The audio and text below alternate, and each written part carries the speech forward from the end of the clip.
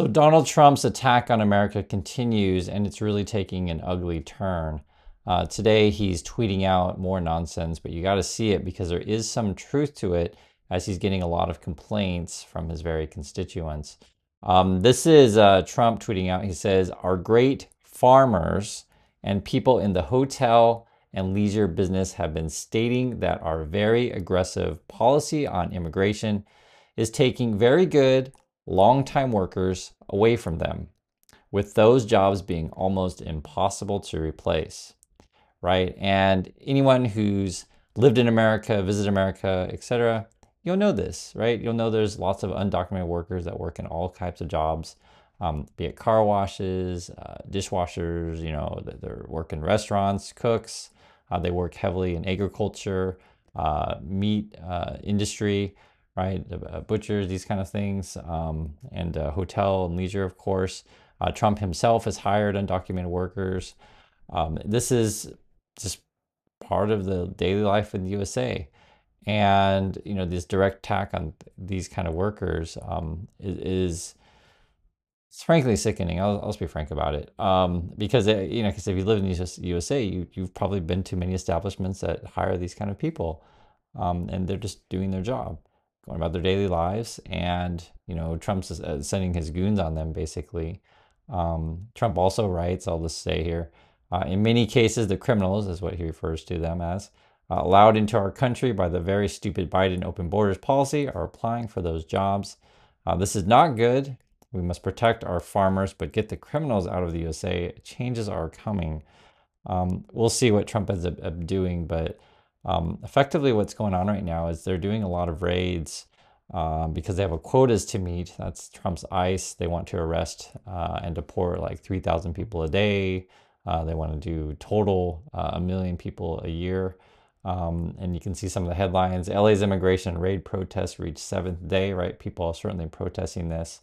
And if you want to check this out, this is on the Washington Post. They just put this out, and it was sort of a description of how a car wash raid works, right? Just a car wash. Anatomy of a raid, how immigration agents descend on an LA car wash. And again, if you've ever been to USA, you'll know the kind of workers that are there. They're just workers. And I mean, I don't, it just feels like Trump is bullying the most vulnerable people in society, right? They're not paid like a lot of money. They wouldn't be. Most Americans don't want to do these kind of jobs, right? You're talking about going after farms as well. This is another headline. Eerie silence hangs over Central Coast farm fields in wake of ICE raids. Some workers are legal. Some workers are not legal. But the thing is, they're just agricultural workers.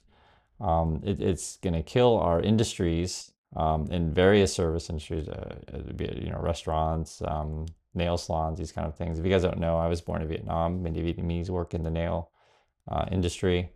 I myself, I was brought to the USA by the US military. I had no choice in the matter. I was not a citizen of the USA for years. I didn't have the proper paperwork for years. That was no choice of mine. I was taken as an infant. I had no choice in the matter. It's a very complicated issue. I grew up working in the fields just like this. I picked berries in Oregon. I used to bale hay in Oregon. I know this world very, very well. I worked in construction. You guys may not know. And in fact, back then, the complaints were that you couldn't find Americans that wanted to do construction work. You just couldn't find it. And the ones you could find, they complain all the time they're not getting paid enough, or the job's, too demanding that they have to show up on time, these kind of things. Many of the American workers are on drugs. This is back in the 80s and 90s. Today, I think it's even worse. I know I'm being a little bit mean here, but I'm telling you the truth about this stuff. Doesn't mean every single American worker, is like that, but I'm saying it was many. And, slowly the industry sort of went to this way. Like, you just can't find Americans who want to do these kind of jobs, be it work in the fields or work in construction. And so that's sort of, why you have a lot of undocumented workers that do construction work, agriculture, meatpacking, etc. There's still some Americans that do this stuff, but does every American want to do these kind of jobs? Probably not. I'm just being frank with you guys. And, this idea that we're, going to declare all these people criminals, I think is criminal in itself. Is there problems in the immigration system? Sure, 100%, absolutely. I agree. I think the system's slow, convoluted. You could be trying to go through the paperwork process legally, and still be slowed down. Trump is purposely firing, all these workers, actually federal workers, I should say, who work in the very industry. What I mean by that, if you don't know, I'm an American citizen now. My wife's a Korean citizen, right? So when we got married, it was very difficult for us to be together because just going through the whole green card process is a nightmare. And at that time when we got married, Trump had closed down several consulates around the world. It was really, really a tough time. And so, it's guys, I know this, I know everything about this stuff. It's really frustrating.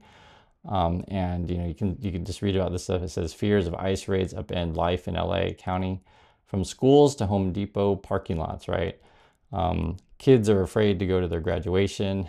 I read these stories about, so for example, I'm a couple of daughters. I think one's in high school, maybe one's a little bit older, like so 25 and 17, and they're worried about their father who was arrested from like a car wash, that kind of thing. It's going to get really, really ugly in USA. I mean, it already is.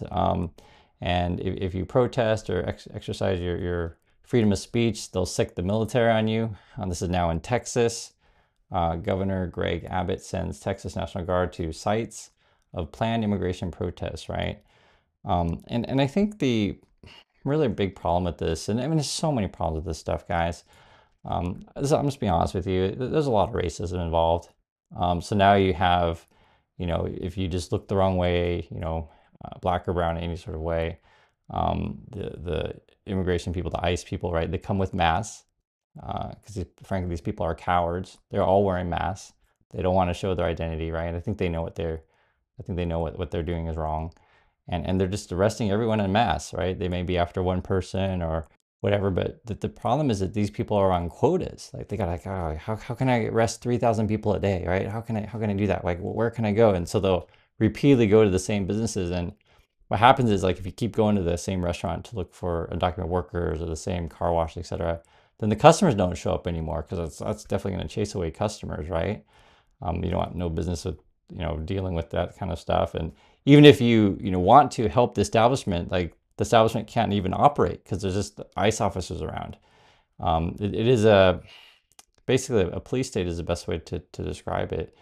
I can't express this enough. It's really hard to talk about this stuff because I think there's a lot of people out there, be it on YouTube, who are content creators who have no idea about any of this world, be it working in the field, working in construction, ever lived or had friends who are part of this world as well. I have to talk about myself because like people don't have firsthand knowledge of these things. I had actually twice in my life, because I lived in California. Twice in my life, I rented from a person. I think they were from Mexico. They were undocumented. I probably crossed the border at 13 or 14, something like that. And then, when I was renting from him, I think he must have been in his 40s at the time. And then his kids are American, and he ultimately became American. But I mean, it's sure where to say it. It is so widespread in USA, right? And I think what it is, and I think you guys know this inherently if you're American, there's a group of Americans who are really fearful for any sorts of changes culturally in the USA. And because they see like, oh, all those people now speaking Spanish, and I'm afraid of Spanish, that kind of stuff. So there's people out there like that. When I had roommates at the time that were Spanish speaking, they would get like nasty phone calls sometimes. Like they had their family had like a store, and sometimes they get these like calls on the answer machine and be like, why do you have Spanish on your answer machine, or why do you have Spanish documents in your store? This is America. We speak English in America. Like seriously, like, they get these like really mean messages like that. It was really crazy. And I there is so much diversity in USA, that it is hard to talk about unless you've actually experienced it. I used to live in New York, and I had I can't remember it. I've had Dominican roommates and also from Jamaica. I mention this is because until you've lived with people like just on a daily basis, you don't treat them as people. For some people, you just think of them as being other, and you just don't get it. Just you just don't get it. I don't know how else to put it. And it's frustrating for me because I feel like this is sort of like this underbelly, or if I were to say, it's a segment of society that lives in the shadows, right? Because they're often, um, don't want to mess anything with the law enforcement or anything like that, because they don't have papers, right? And so then when like Trump and Musk claim that all these people are criminals, it's absurd. The kind of people that work, say, like, let's say at a restaurant or car wash or whatever, like, don't want to get any trouble whatsoever, you know? And then when the Trump and Musk people, I mentioned Trump and Musk together because this is kind of same. If there's a school shooting or an armed robbery or any sort of violence with, white perpetrators, can be blunt about it, they'll stay silent on that stuff, right? And if there's any kind of crime anywhere, at all, by someone who's black or brown, they'll just blast it all over the place, right? The percentage of these people being, harmful to society is really quite low. It's lower than native-born people, right? Meaning people who are born in USA. And I'm not referring to Native Americans, but just people born in USA. And it's just it's this whole thing is really, it's just really ugly. It's filled with bigotry, racism, and it's led by the Trump and the Musk stuff, and who's a product of this culture, who don't know anything about this world at all. Right. And in fact, what they do know, and from, say, Trump's point of view, is like, well, I just know these are cheap workers and I can hire them whenever I want. And when someone calls me on it, I'll just pretend I didn't know and, fire them or whatever. Right. Because they don't mean anything to me anyway. And it's just ugly. And I just wanted to share some thoughts. If you guys don't know, what time is it? It's about 1 a.m. here in Korea, and I can't sleep when I read this kind of stuff and I see what's happening, and I see that Trump's now trying to throw his stupid military parade. And for those of you who are concerned about other people's lives, just know that there are other people out there also who are also concerned and have some decency and humanity. And that's all I have to share about that. So I do appreciate your time, everyone watching, and I'll catch you on the next video.